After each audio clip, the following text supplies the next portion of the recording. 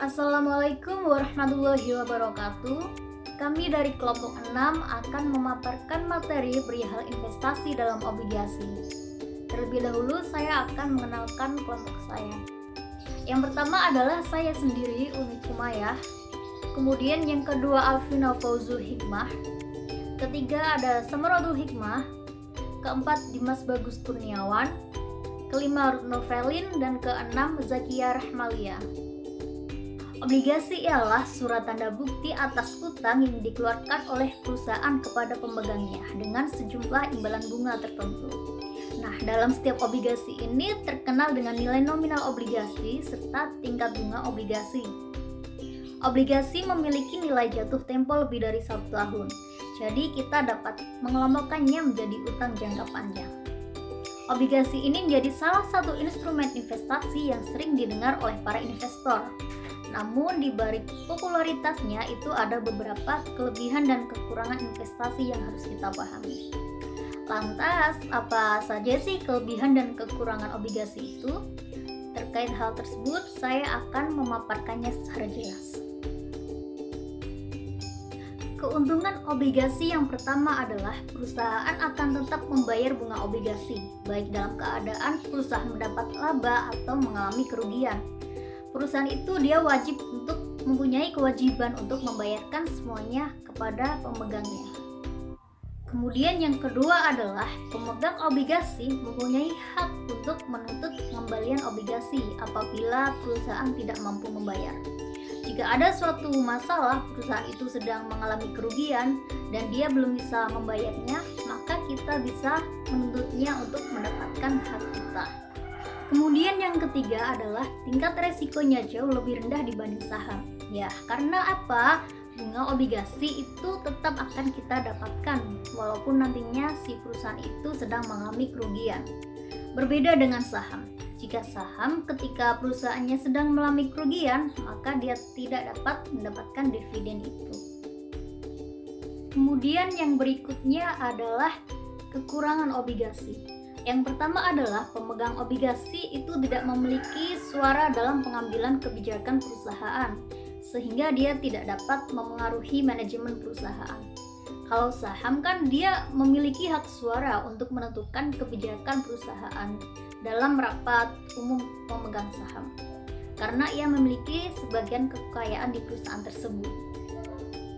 Kemudian yang selanjutnya adalah bunga yang didapatkan dari obligasi itu cenderung lebih rendah dibandingkan dengan dividen, karena resiko yang dihadapi oleh pemegang saham juga lebih besar.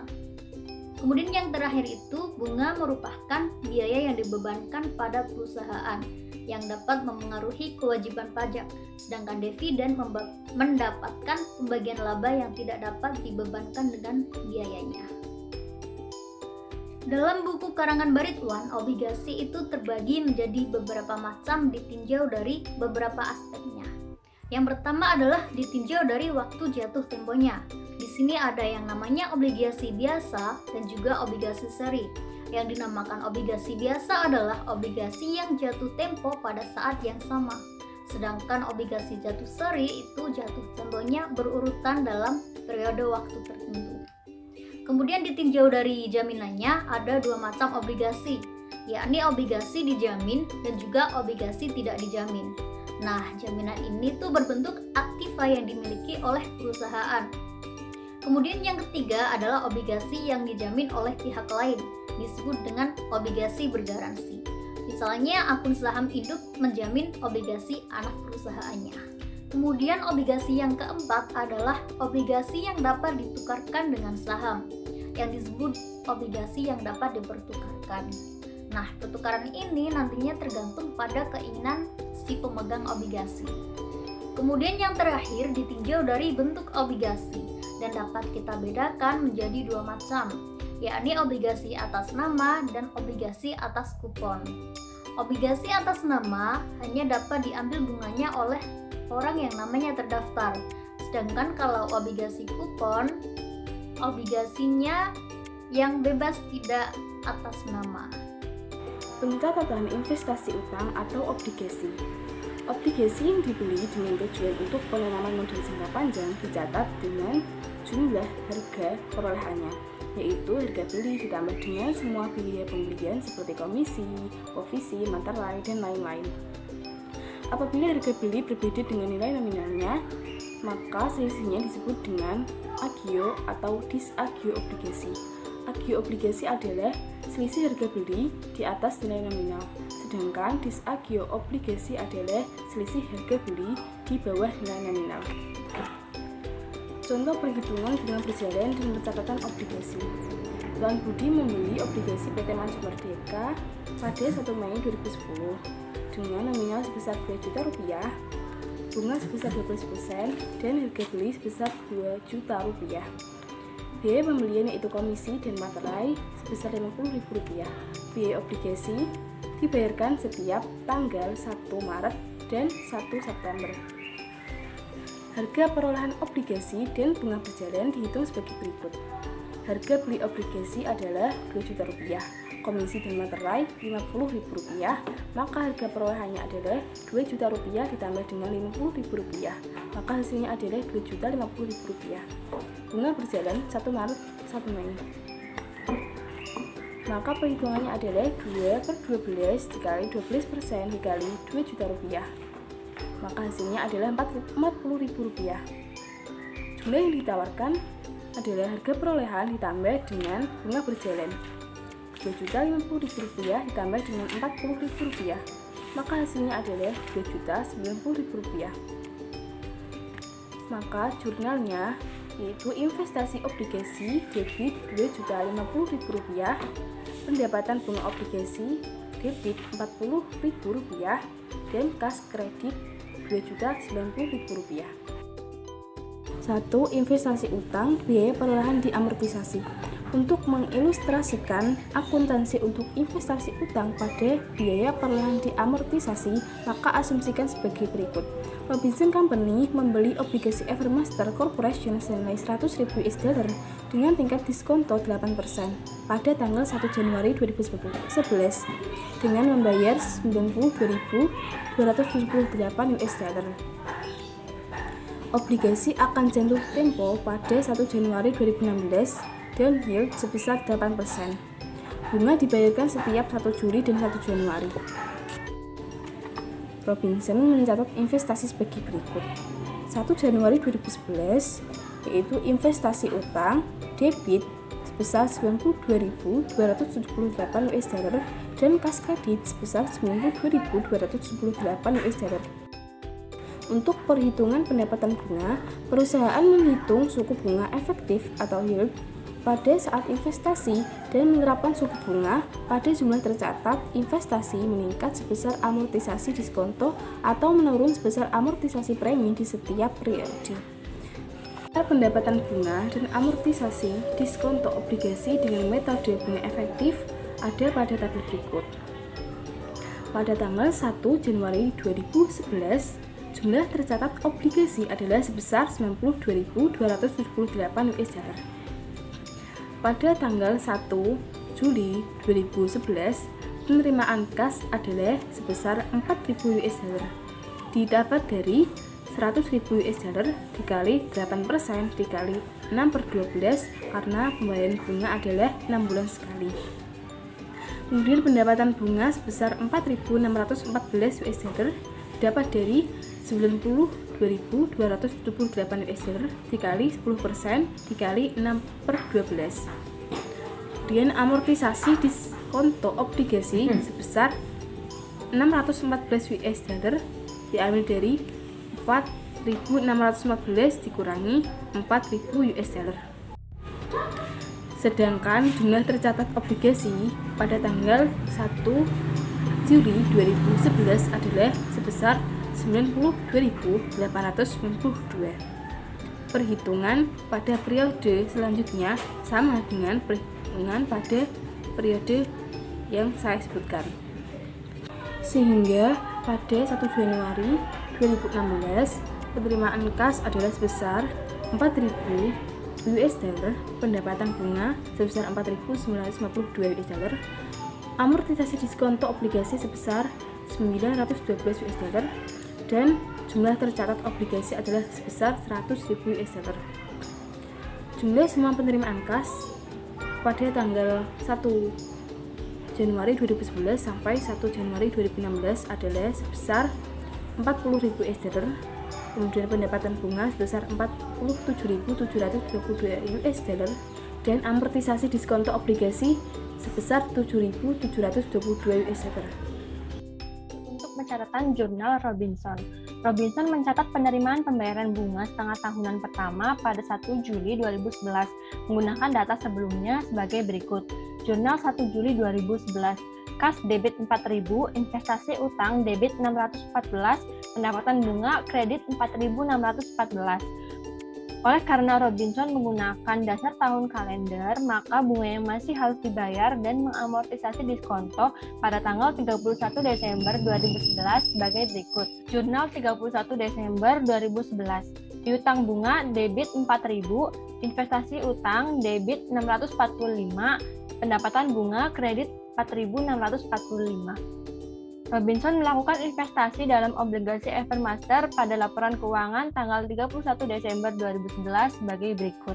Di laporan posisi keuangan, untuk investasi jangka panjang, investasi utang senilai $93.537 dapat dilihat di daftar pendapatan bunga dan amortisasi diskonto obligasi.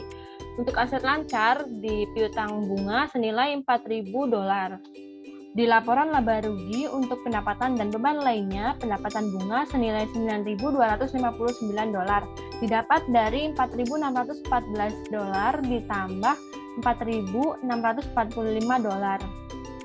Terkadang perusahaan menjual investasi obligasi sebelum jatuh tempo. Misalnya, Robinson Company dapat menjual efek sebagai bagian dari perubahan strategi investasi untuk berpindah dari investasi utang 5 tahun, seperti obligasi Evermaster. Untuk berinvestasi pada obligasi jangka pendek, strategi seperti ini akan memungkinkan obligasi sering mengalami perubahan harga sebagai respon terhadap perubahan suku bunga. Asumsikan bahwa Robinson Company menjual investasinya pada obligasi Evermaster pada tanggal 1 November 2013 sebesar 99,34% ditambah bunga yang masih harus dibayar. Amortisasi diskonto dari 1 Juli 2013 sampai 1 November 2013 adalah $522, didapat dari 4/6 dikali $783. Robinson mencatat amortisasi diskonto ini sebagai berikut. Jurnal 1 November 2013, investasi utang debit 522, pendapatan bunga kredit 522. Ilustrasi berikut menunjukkan perhitungan dari keuntungan yang direalisasi atas penjualan. Harga penjualan obligasi di luar bunga yang masih harus dibayar senilai $99.750. Nilai ini adalah 99,3% dari nilai obligasi, yaitu $100.000. Lalu dikurangi nilai buku obligasi pada 1 November 2013, yaitu biaya perolehan diamortisasi untuk 1 Juli 2013 senilai $95.671 dapat dilihat di daftar pendapatan bunga dan amortisasi diskonto obligasi. Lalu ditambah dengan amortisasi diskonto untuk periode 1 Juli sampai dengan 1 November 2013 senilai $522. Sehingga keuntungan atas penjualan obligasi adalah senilai $3.557, didapat dari pengurangan harga penjualan obligasi dengan nilai buku obligasi pada 1 November 2013. Robinson mencatat penjualan obligasi sebagai berikut. Jurnal 1 November 2013, kas debit 102.417, pendapatan bunga kredit 2.667 didapat dari 4/6 dikali penerimaan kas sebesar $4.000. 4 ini dari periode amortisasi diskonto untuk periode 1 Juli sampai 1 November. 6 itu dari Robinson mencatat penerimaan pembayaran bunga setiap setengah tahun. Lalu investasi utang kredit 96.193. Keuntungan atas penjualan investasi utang kredit 3.557.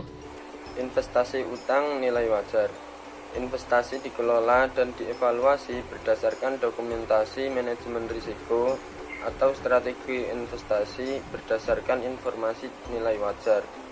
Misalnya, beberapa perusahaan sering memiliki investasi utang dengan tujuan untuk menjualnya dalam waktu yang singkat. Perusahaan menghitung dan melaporkan investasi utang pada nilai wajar mengikuti jurnal akuntansi yang sama dengan investasi utang yang dimiliki untuk ditagih selama periode pelaporan. Artinya, investasi utang tersebut dicatat pada biaya perolehan diamortisasi. Namun, setiap tanggal pelaporan, perusahaan menyesuaikan biaya perolehan diamortisasi ke nilai wajar dengan keuntungan atau kerugian akibat kepemilikan yang belum direalisasi dilaporkan sebagai dari laba neto. Contoh investasi utang nilai wajar. Asumsikan informasi yang sama dalam ilustrasi sebelumnya untuk Robinson Company.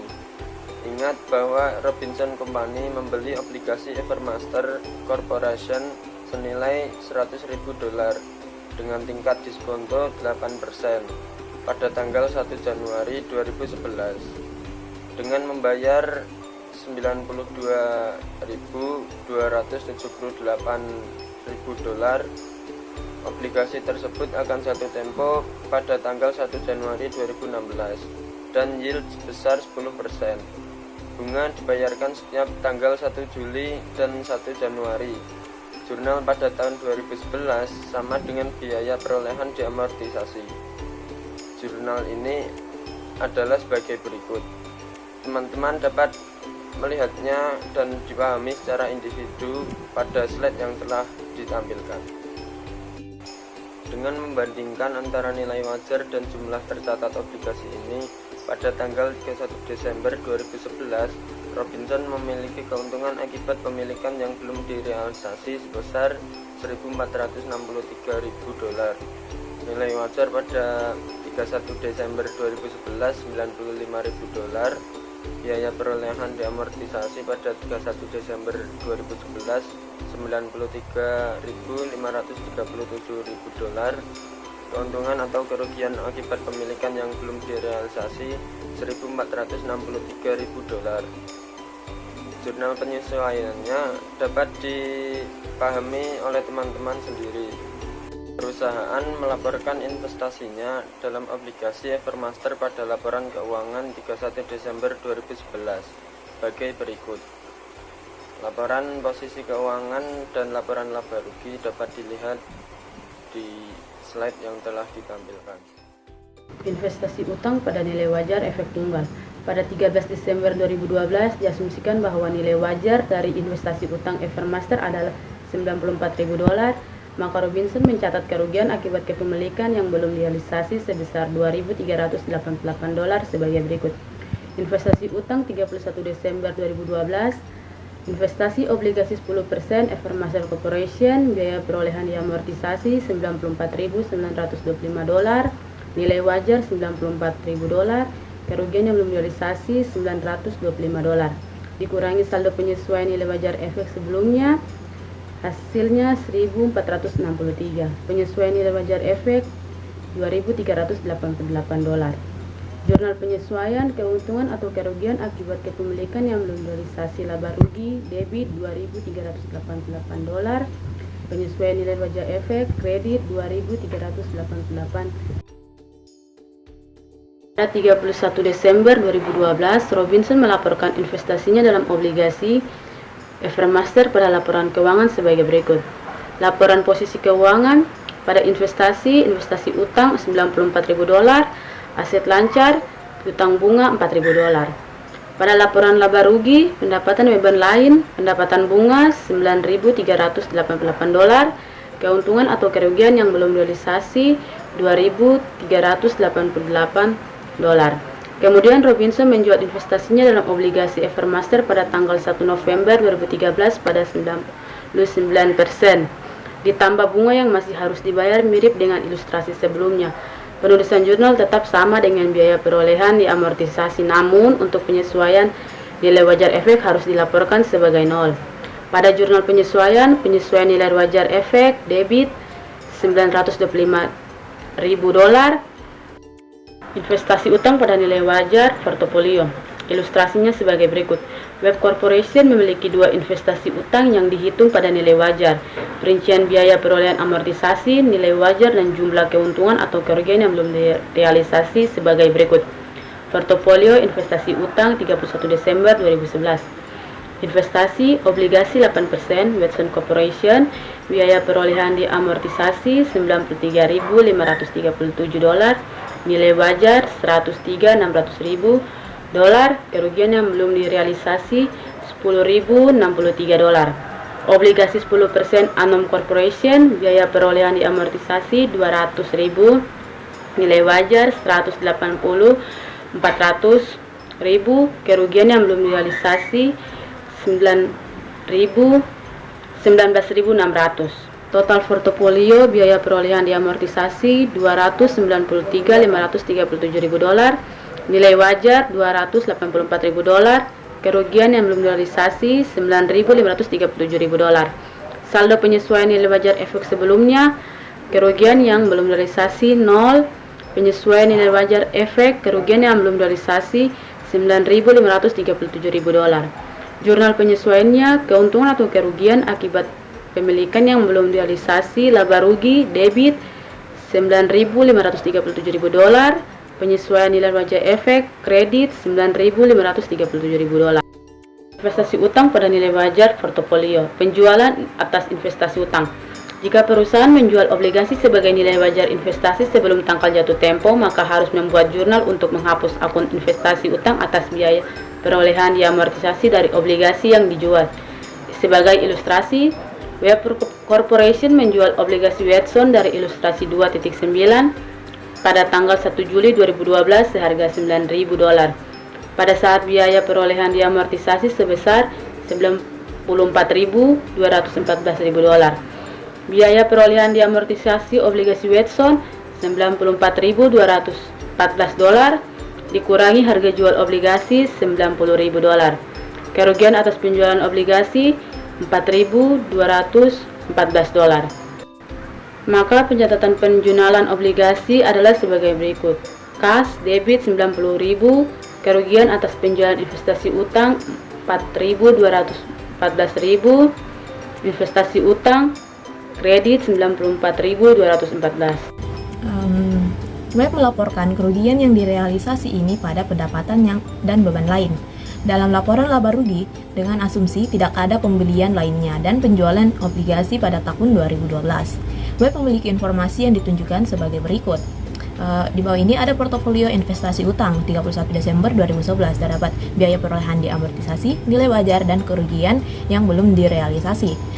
Perhitungannya obligasi 10% Anom Corporation, total portofolio biaya perolehan diamortisasi sebesar $200.000, nilai wajarnya $195, dan kerugian yang belum direalisasikan sebesar $5.000. Selanjutnya dikurangkan dengan saldo penyesuaian nilai wajar efek sebelumnya sebesar $9.537. Maka penyesuaian nilai wajar efek sebesar $4.537. Maka jurnal penyesuaian nilai wajar efek debit $4.537 dan keuntungan kerugian akibat pemilikan yang belum direalisasi sebesar $4.537. Penyajian laporan keuangan. Laporan posisi keuangan web pada tanggal 31 Desember 2012 dan laporan laba rugi 2012 memasukkan item dan jumlah sebagai berikut. Laporan posisi keuangan investasi sebesar $195.000, aset lancar piutang bunga. Laporan laba rugi pendapatan bunga, kerugian atas penjualan investasi sebesar $4.214, keuntungan atau kerugian yang belum direalisasi sebesar $4.537. Selanjutnya, opsi nilai wajar. Pada beberapa situasi perusahaan yang memenuhi kriteria untuk menggunakan akuntansi untuk investasi utang pada biaya perolehan diamortisasi memilih menggunakan akuntansi untuk investasi pada nilai wajar dengan semua keuntungan dan kerugian yang terkait dengan perubahan nilai wajar yang dilaporkan dalam laba rugi. Alasan yang paling umum adalah untuk mengatasi pengukuran atau pengakuan yang tidak terkait.